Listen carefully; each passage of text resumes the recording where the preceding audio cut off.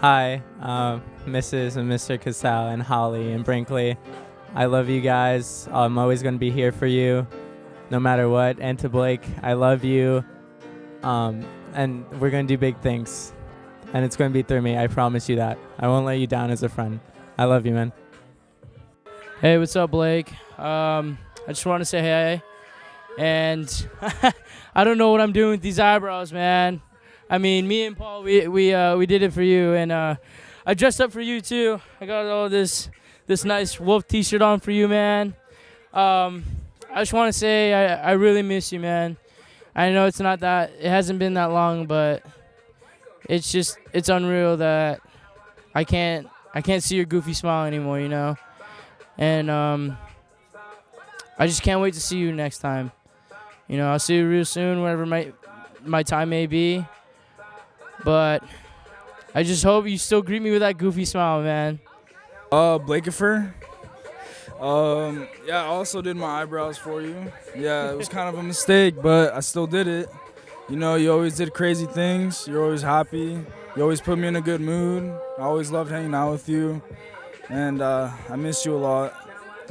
I just hope that you're doing all right and that you can hear me, because we all love and miss you so much. And can't wait till I see that goofy smile again. I love you, Blake. Hey Blake, I miss you a lot, man. I love you. I wish you were here with us, but this is my speech I wanted to say for you. I met Blake through Paul my freshman year. I've always known him as the kid that was always smiling and got along with everyone. It's part of the reason I always enjoyed hanging out with him. He was such a chill and laid-back kid. His goofy braces smile always made me smile. Anytime I saw him, he'd look happy and make me feel happy with a simple smile. Recently, we hung out at Robbie's house. Blake is someone you can just hang out with and do nothing but still have a great time. Talking with him is always easy. He always made me feel like I could say anything.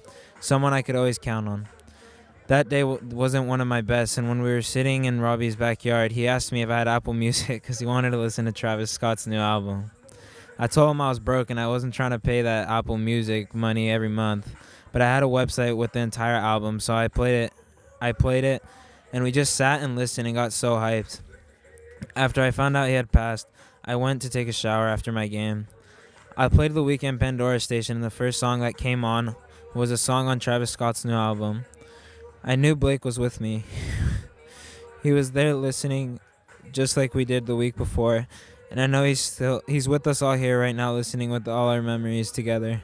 Blake was an amazing friend and someone I will never forget. I love you, Blakefer.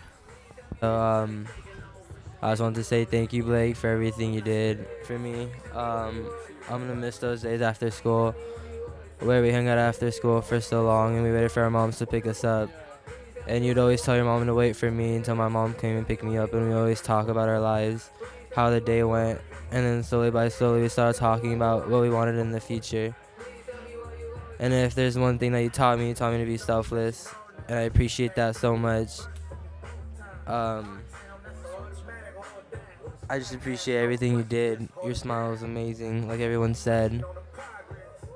I just really appreciate it, you know, like, you were so happy. You were such a happy kid. You made me so happy when I was with you. And honestly, when I grow up, I'm never going to forget those memories that I had with you.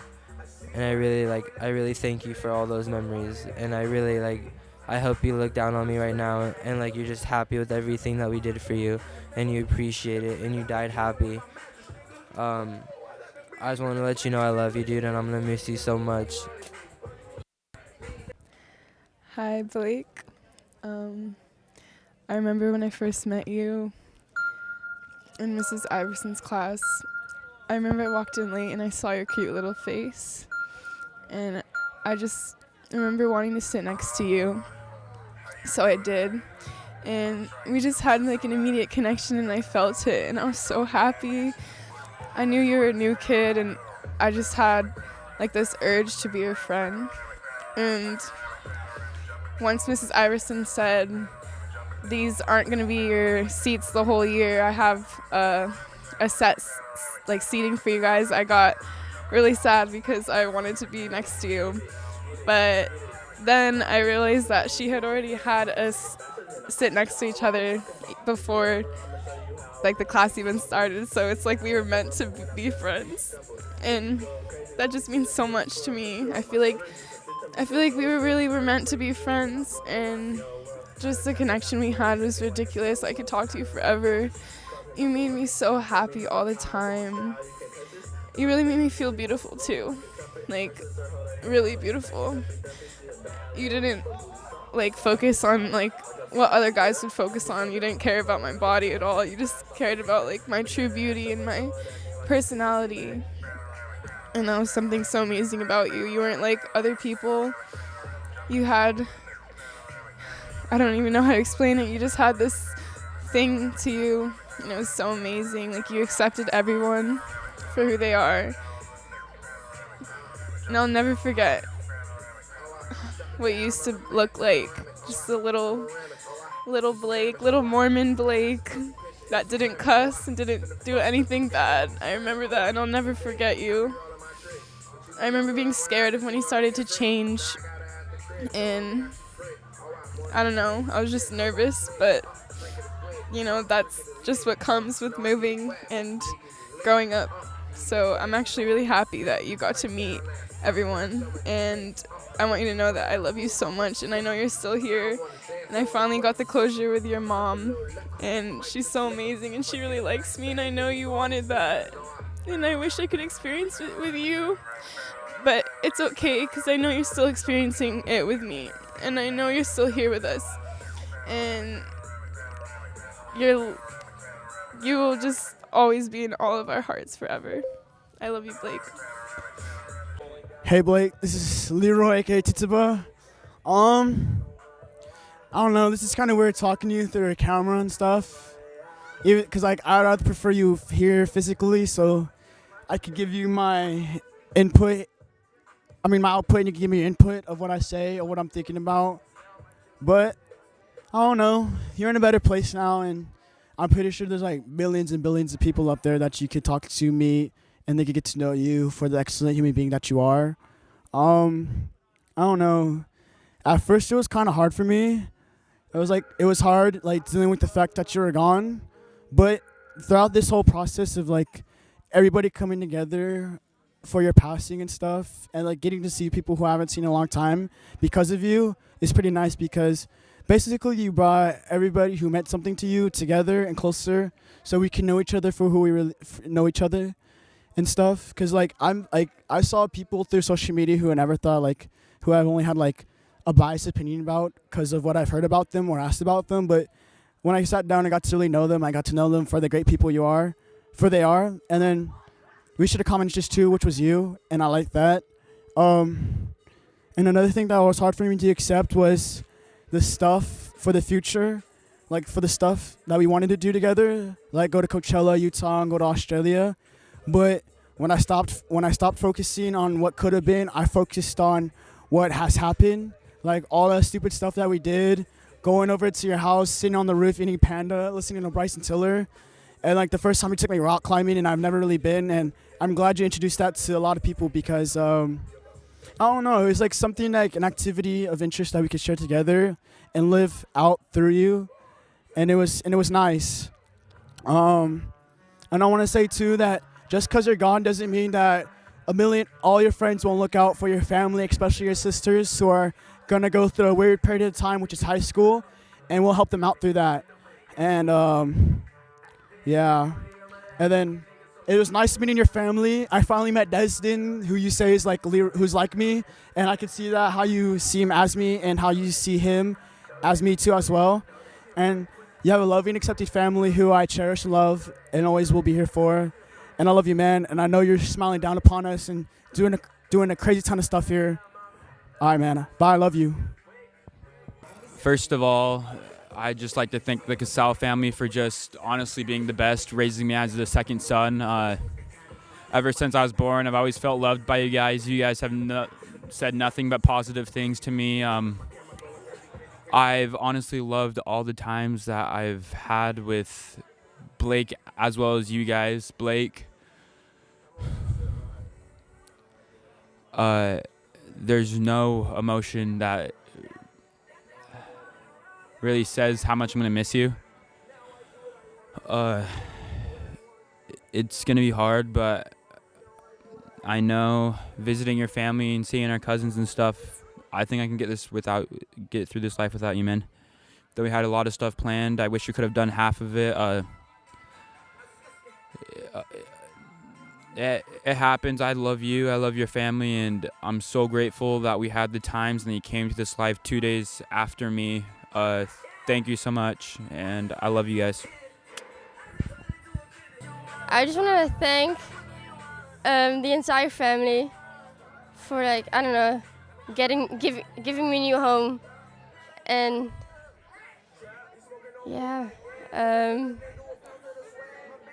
God, let's see, and just a big thank you to Blake for, like, giving me the whole American experience, giving me a perfect birthday, which let's see, I went to Saturday school on my birthday, and then he picked me up from there. We went to his house. We just took a nap, and then we left.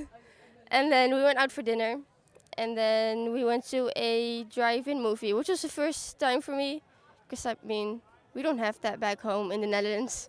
So, yeah. Let's see. It was a simple day, but it was, I don't know, good, perfect, actually. Blake. Man, a lot to say, but there's an age gap between me and Blake. A few years. I have a other cousin named Dresden. They're the same age, and man, it's hard to get attention from those guys. They just beat me all 15 years of my young soul. So I had to work for attention, and man, I know they did it out of love, though. It's all out of love. But it was great run. I've had some great experiences. One of my most memorable experiences with Blake was a couple years ago when he was a freshman, back when he did wrestling for Poway. I hung out with all of his wrestling buds, and Blake warned me. He's like, man, before you fall asleep, if you fall asleep first, you're gonna get it hard. So what happens? I fall asleep first, and the whole team gets Sharpies, and they just destroy my entire body, every inch of my body, and anything you can imagine them writing on my body, they wrote on my body, every spot. So I wake up in the morning, I walk in the kitchen, and Mrs. Heidi was all, "Oh man, go look at yourself in the mirror." So I look at, and I just flip out. I was pissed. It was great though. I jumped in the pool. Blake threw me a sponge, and I sat in there for a few hours just scrubbing it off.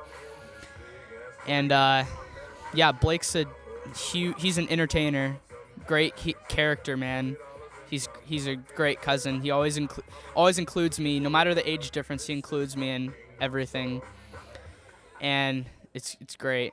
I didn't live in Utah the first 14 years or so of his life, but for the few that he did live here in Cali with me, it was great. I had some great times with Blake, and I'm really glad I got to know him. He's such a great friend, great family member, just a great guy.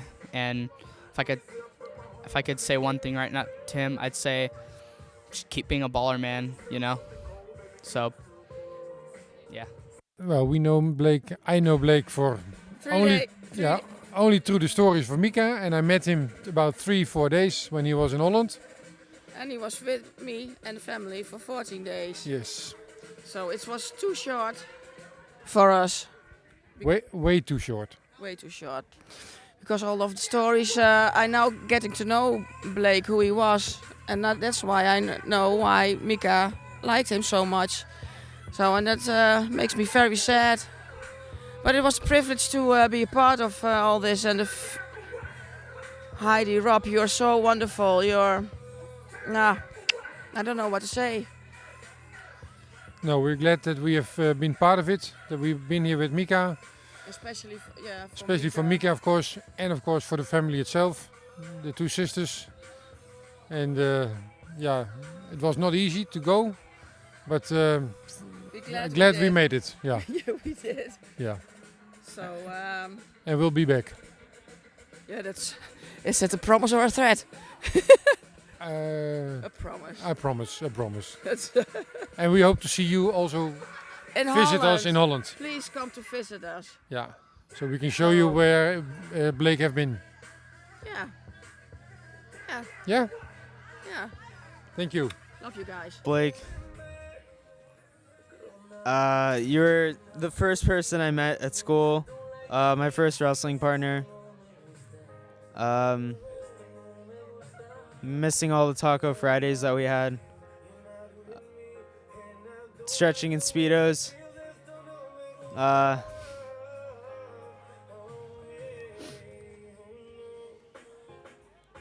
I'm gonna miss you.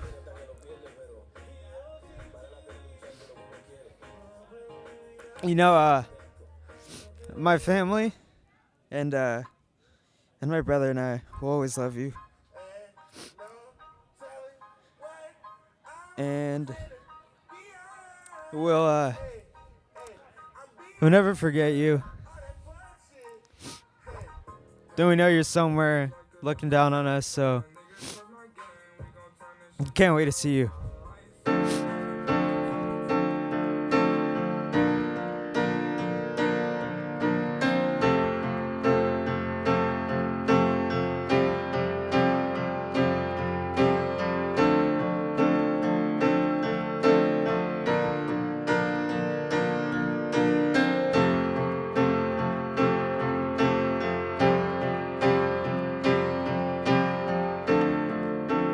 Come up to meet you, tell you I'm sorry. You don't know how lovely you are. I had to find you, tell you I need you, tell you I set you apart. Tell me your secrets and ask me your questions. Now let's go back to the start. Running in circles, coming in tails, heads on the sides apart. Nobody said it was easy. It's such a shame for us to part. Nobody said it was easy. No one ever said it would be this hard. Oh, take me back to the start.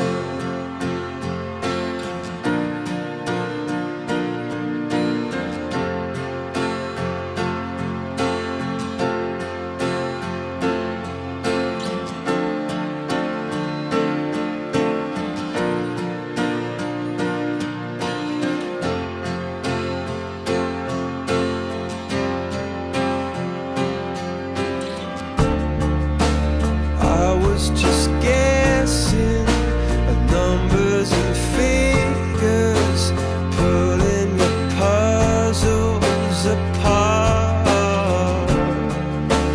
Question